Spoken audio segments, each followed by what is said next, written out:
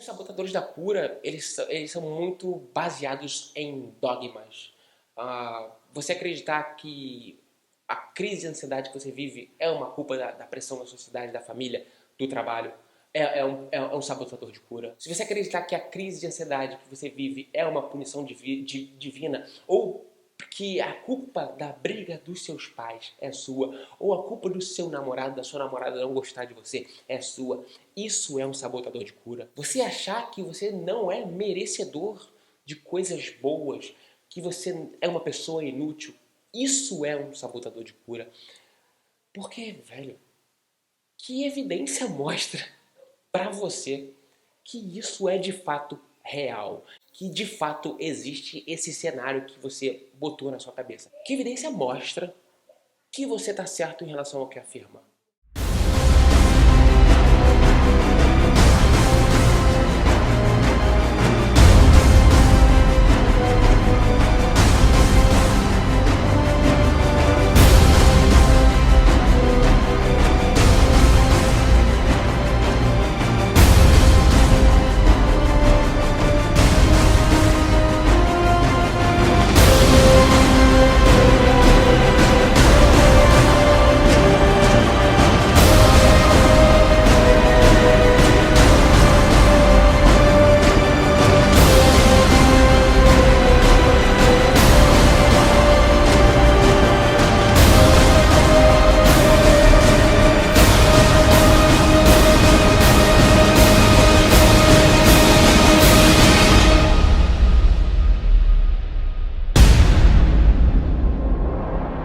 Particularmente essa questão do merecer fez parte da minha crise de ansiedade em 2010. Então eu não me achava merecedor daquilo que eu estava vivenciando, e por conta de eu não me enxergar merecedor, eu me cobrava muito.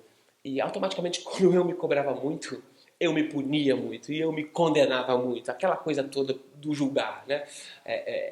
Existe uma escala hierárquica nessa coisa do julgamento que começa pela cobrança. Então, se eu não me acho merecedor, eu preciso dar mais daquilo que eu nem sei se eu tenho. Então, perceba uma coisa aqui muito importante agora. Você concorda comigo que as pessoas só dão o que elas estão preparadas para oferecer? Então, por que você exige mais da pessoa que você se relaciona, da sua família? Às vezes, o seu pai e a sua mãe não receberam amor suficiente para transferir aquilo que você acredita que deveria receber, ser merecedor. Você acredita e eles não receberam. Que direito você tem de exigir deles aquilo que eles nem sabem que são capazes? Então, mais uma vez, é você correndo atrás do rabo. Você pode botar a culpa da ansiedade na sua filha, no seu pai, na sua mãe, no seu filho, na sua avó, na criação que você não teve, naquilo que você não conquistou, no Instagram, das coisas que você vê e não tem.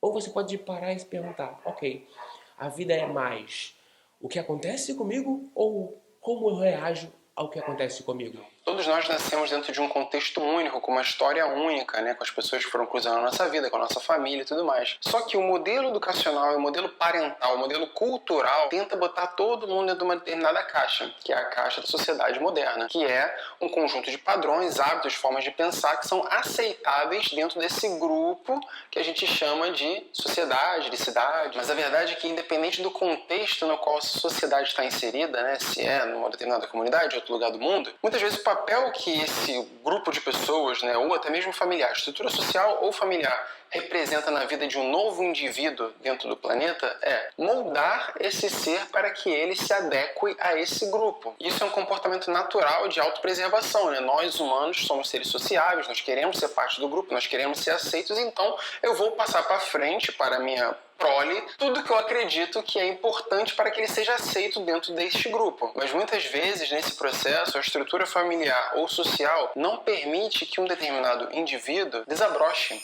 e aflore a sua própria forma de ser, que pode ser completamente diferente do meio à sua volta e que não tem nenhum problema nisso. O que nós entendemos como a nossa personalidade ou quem nós achamos que somos, muitas vezes não é a nossa forma mais autêntica, porque essa personalidade é um produto de anos aí de condicionamento para que nós possamos ser parte de um meio. E se ao longo da nossa vida nós passarmos por algumas estruturas ali, seja social ou familiar, que limite, suprima tudo aquilo que a gente quer expressar, é capaz de nós desenvolvermos uma barreira, uma máscara que nos protege contra o mundo à nossa volta. Que na verdade nos protege não, que nos faz nos adequar ao mundo à nossa volta. O jogo vira mesmo quando você se pergunta que oportunidades a crise de ansiedade pode me revelar. Essa pergunta é tilt, na hora. Quando eu faço essa pergunta, que oportunidades o que você está vivendo hoje te revelou? Geralmente o nego chora, o nego diz que não revelou nada, que a culpa é do universo e nada é dela. Eu falo, tá bom, isso tudo aconteceu com você.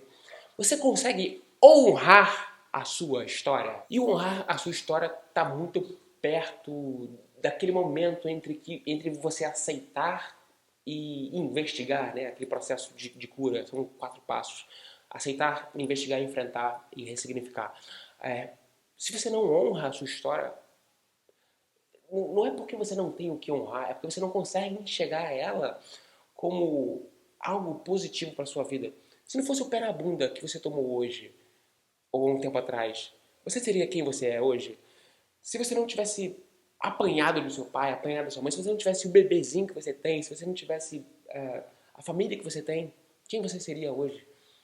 Poderia ser muito pior. Poderia sim ser muito pior, muito melhor.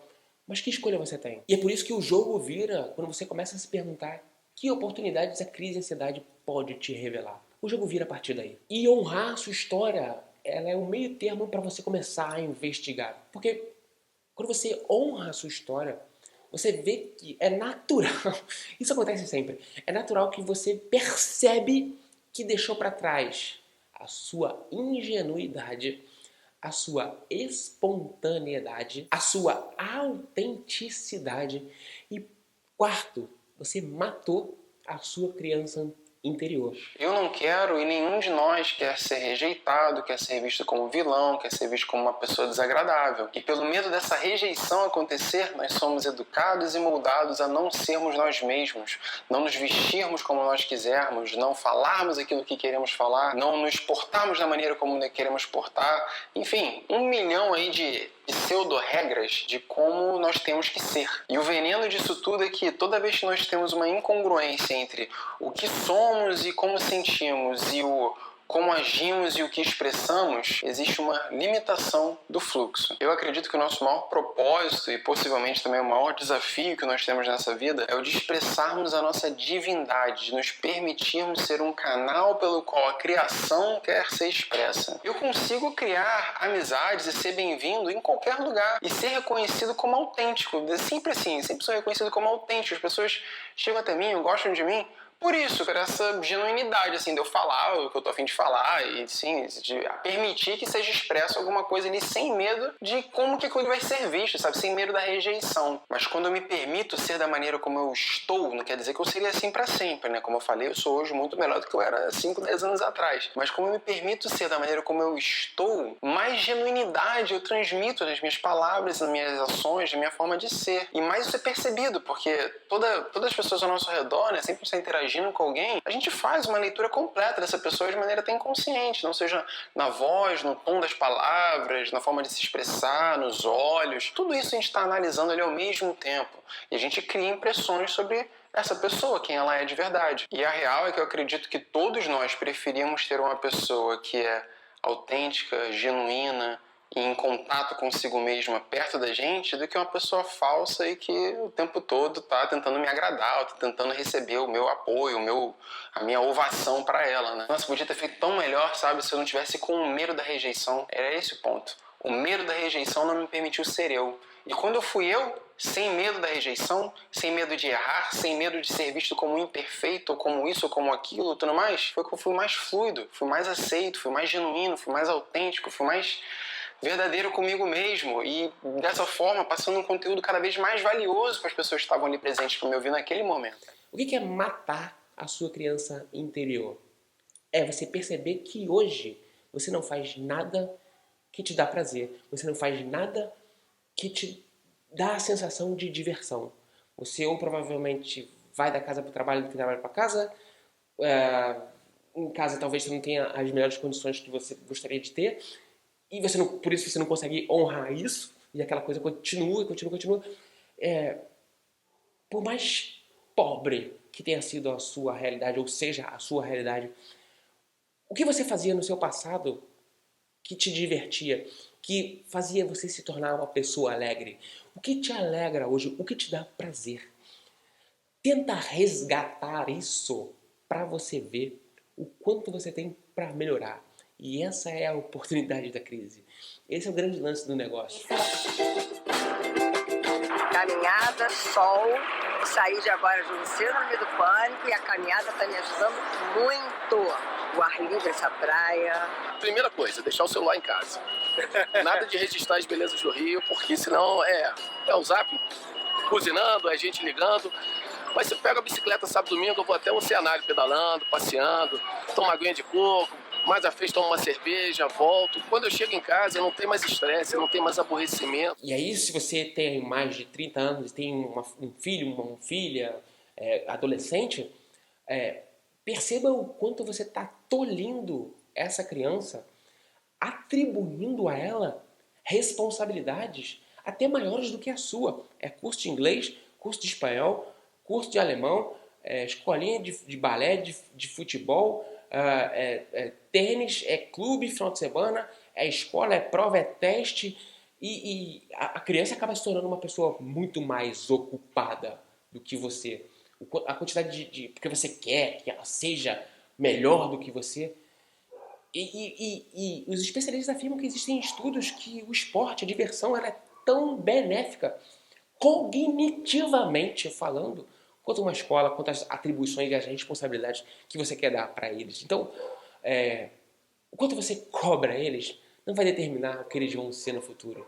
Muito pelo contrário, vão determinar o que eles não vão ser no futuro. Eu acho que uma pressão que eles sofrem em relação a avaliações, aos exames que eles têm de prestar, os afeta hoje, nessa geração, de um modo muito mais agravado do que afetava a minha. Eu recebo bastante criança e adolescente e às vezes eu vejo criança que está no 5º ano que a escola já está fazendo ranking para vestibular. São umas coisas assim. Ela está tão atenta às preocupações e aos problemas que ela começa a não conseguir executar tarefas mesmo simples. Mas fazer coisas prazerosas que te tragam uma sensação de bem-estar, de autoeficácia e de tranquilidade é muito importante. Então, ouvir músicas que você gosta, se você gosta de praticar algum esporte, fazer isso na véspera da prova. Se você curte sair com os amigos para algum lugar, fazer isso, ir no cinema. E técnicas de respiração também são muito eficazes. A respiração já é um tratamento em si para a ansiedade, uma respiração consciente, né? Você começar a respirar conscientemente. Como, por exemplo, um tipo de respiração que a gente faz é uma respiração em que você inspira contando até 5, segura o ar contando 5, expira contando 5, segura sem ar no seu pulmão contando 5. E aí continua esse quadrado. Isso ajuda a acalmar muito. E você pode fazer por 1 minuto, 2 minutos, 3 minutos.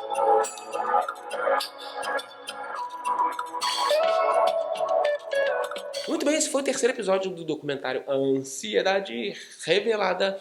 E eu quero saber se você já faz parte do nosso grupo no WhatsApp. Já quero saber se você já entrou na página do meu e-book, já baixou. Se você já fez o teste do seu perfil de ansiedade. Cara, tem tanta coisa bacana aqui no Ansiedade Anônima que eu não sei mais o que eu tenho que fazer para te convencer. Provavelmente esse conteúdo já mostrou para você o quanto esse assunto me fascina e o quanto ele pode ser útil para você. Bom, no próximo episódio a gente vai falar de autotratamento. E aí a gente começa a evoluir um pouquinho mais, sair um pouquinho daquela coisa do ranço, da ansiedade, da imposição, aquela coisa. E aí a gente entra no nível mais de cura mesmo, de sintoma, falar de coisas mais positivas. E eu conto com você nesse próximo episódio. Então comenta aqui. Quero meu teste, quero meu e-book, quero entrar no grupo, quero tudo, Thiago. Que aí a gente tem um relacionamento mais próximo. Até o próximo episódio.